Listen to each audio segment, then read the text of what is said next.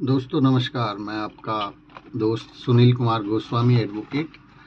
आज हम एक बहुत महत्वपूर्ण विषय पर चर्चा करेंगे, जुवेनाइल के बारे में। जुवेनाइल जस्टिस एक्ट जो हमारा होता है, उस जुवेनाइल जस्टिस एक्ट के अंदर जो जुवेनाइल होते हैं उनसे कोई ऑफेंस हो जाता है, कोई अपराध हो जाता है, तो उसको बेल देने के बारे में क्या प्रोविज़न है, उसको कैसे बेल मिल सकती है, मैं आपको बताना चाहूँगा। इस पर जो है हमारे पंजाब और हरियाणा हाई कोर्ट का एक बहुत ही इम्पॉर्टेंट डिसीजन आया है, जिस डिसीजन के बारे में मैं आपसे डिस्कस करूँगा कि जुवेनाइल को बेल किस सूरत में दी जा सकती है और जुवेनाइल को बेल किस सूरत में नहीं दी जा सकती है। तो ये जो डिसीजन है ये एक मर्डर केस से रिलेटेड है। 302 का एक ऑफेंस जो है वो एलिगेशन लगा एक जुवेनाइल्स के ऊपर, और जुवेनाइल्स को कस्टडी के अंदर भेज दिया गया। तो उस जुवेनाइल को जब बेल की बात आई तो जुवेनाइल जस्टिस बोर्ड ने उसका बेल जो है वो डिक्लाइन कर दिया, और उसके बाद उसकी सेक्शन 101 के तहत जो है उसकी अपील ऑनरेबल हाई कोर्ट के अंदर फाइल की गई।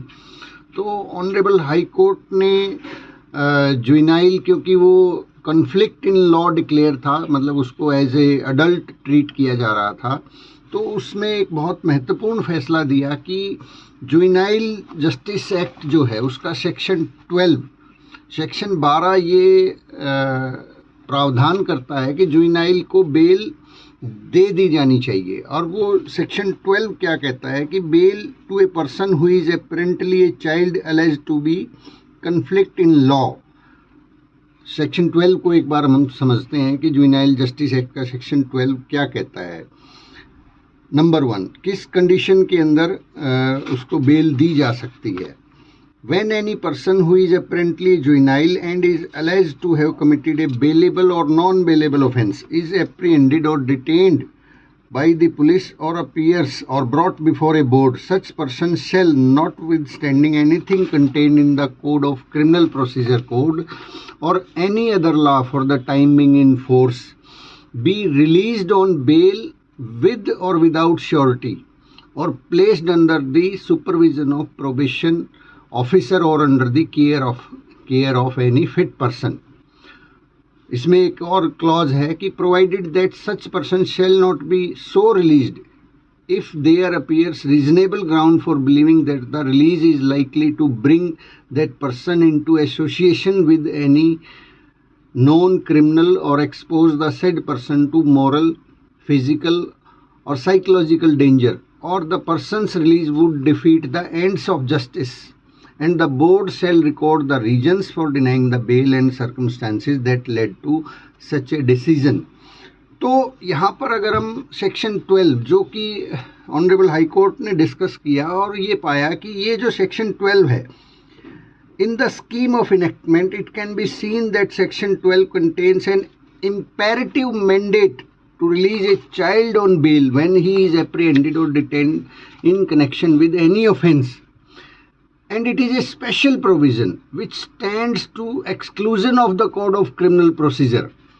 यहाँ पे ऑनरेबल हाई कोर्ट का ये कहना है कि ये सेक्शन 12 जो है जुवेनाइल के लिए एक स्पेशल प्रोविज़न है, जो कि सीआरपीसी से के जो प्रोविजंस हैं उनको भी ओवरराइड करता है। तो अब यहाँ पे बात ये आती है कि भी एक बार अगर जुवेनाइल जो है वो कन्फ्लिक्ट इन लॉ, उसको एज ए अडल्ट ट्रीट करके उसको ट्रायल किया जा रहा है, तो क्या उस सूरत में भी उसको बेल दी जा सकती है।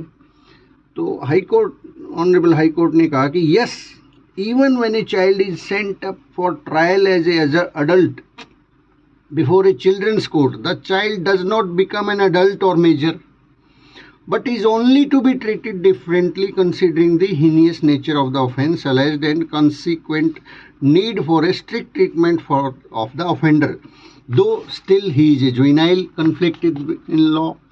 It must be, आगे हाई कोर्ट कहता है कि it must be borne in mind that legislature has created this categorization based upon an assessment of the child's mental, psychological, physical capacity to commit such offence, ability to understand the offence.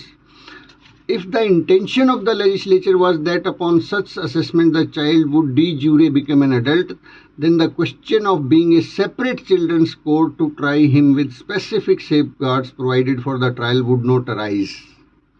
पे अगर legislation ने एक special act create किया है juvenile को different तरीके से treat करने के लिए, और उसमें सेक्शन 12 का प्रावधान किया गया है कि उसको बेल दी जाएगी, और तब उसको अगर कन्फ्लिक्ट इन लॉ ट्रीट करके एज ए अडल्ट ट्रायल उसका किया जा रहा है, तो इस बात से क्या फ़र्क पड़ता है? क्या वो उस कंडीशन में मेजर हो गया है? नहीं, वो अभी भी जुवेनाइल ही है।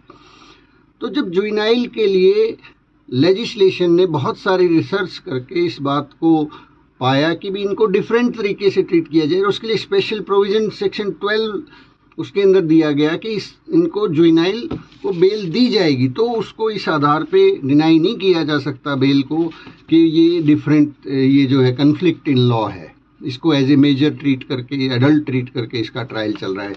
क्योंकि अगर हम फिर से एक बार सेक्शन 12 को देखते हैं, 12 के अंदर स्पेसिफिक मेंशन है कि notwithstanding anything contained in criminal procedure code और any other law, the juvenile be released on bail with or without surety। और यहाँ पे केवल एक ही क्लॉज है जो ये कहता है कि किस कंडीशन में बेल नहीं दी जा सकती। वो कंडीशन ये है कि अगर कोर्ट को ऐसा लगता है, बोर्ड को ऐसा लगता है कि उसको रिलीज करने से जो पर्सन है वो एसोसिएशन क्रिमिनल्स के साथ में एसोसिएट होगा, बाहर उसकी सेफ्टी को खतरा है, उसको डेंजर है, उस सूरत के अंदर ही उसको बेल डिक्लाइन की जा सकती है। अदरवाइज सेक्शन 12 के तहत उसको बेल देना मैंडेटरी है। तो ऑनरेबल हाई कोर्ट ने इस सारे केस के तथ्यों को देखते हुए, और क्योंकि जुवेनाइल की कस्टडी भी लगभग 2 साल और 7 महीने हो चुकी थी, तो यहाँ पर मर्डर के केस में 302 के केस में जुवेनाइल को बेल ग्रांट की गई है।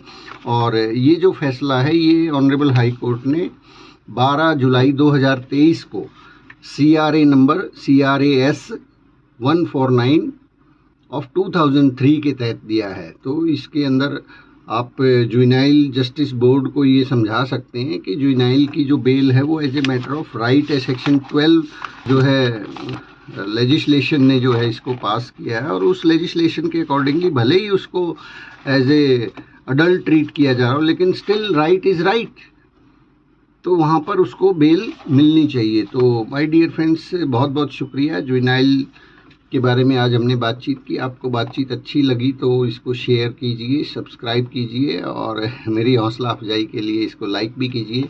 आपका बहुत बहुत शुक्रिया। Thank you.